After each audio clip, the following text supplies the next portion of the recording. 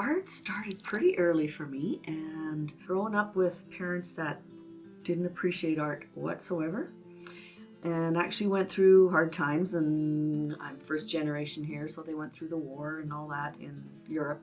And of course, art was not a viable option for anybody to do. So was very discouraged early on from doing anything artistic. So I went out, got a regular job, but I always did art on the side.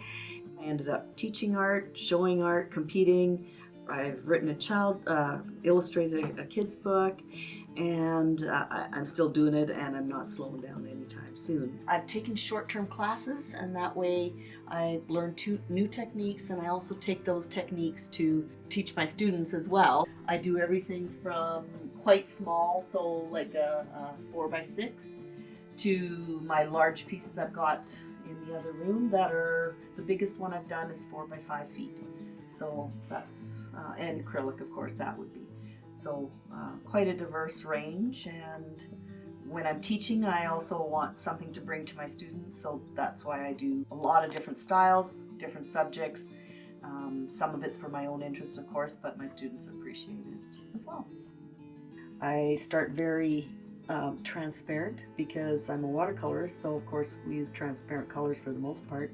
So I do that also in my acrylic work to start with, and then I superimpose the more opaque colors on top with some of the transparents underneath showing through. So that's quite a traditional way I'm working with what I call traditional acrylic now.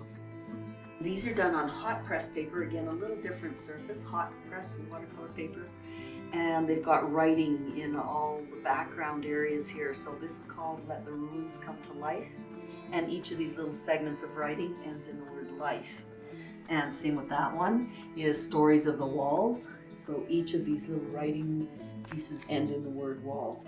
Some pieces that I do where the background starts very abstract, and then I superimpose stuff on top that then becomes the view. For example, that urban scene, or this one here, for example, is an underpainting of very abstract, and in fact you start just throwing stuff on, turn the canvas, throw some more stuff on, turn the canvas another 90 degrees, put some more stuff on, decide what orientation you want, and then do the finished scene on top. So for me, I love the combination of abstract backgrounds and a little bit of superimposed realism. For example, the landscape, so some trees, a rock feeling, a mountain sky feeling.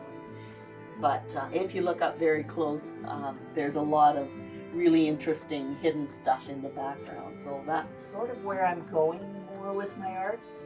There's more art in my home than in any gallery in Red Deer.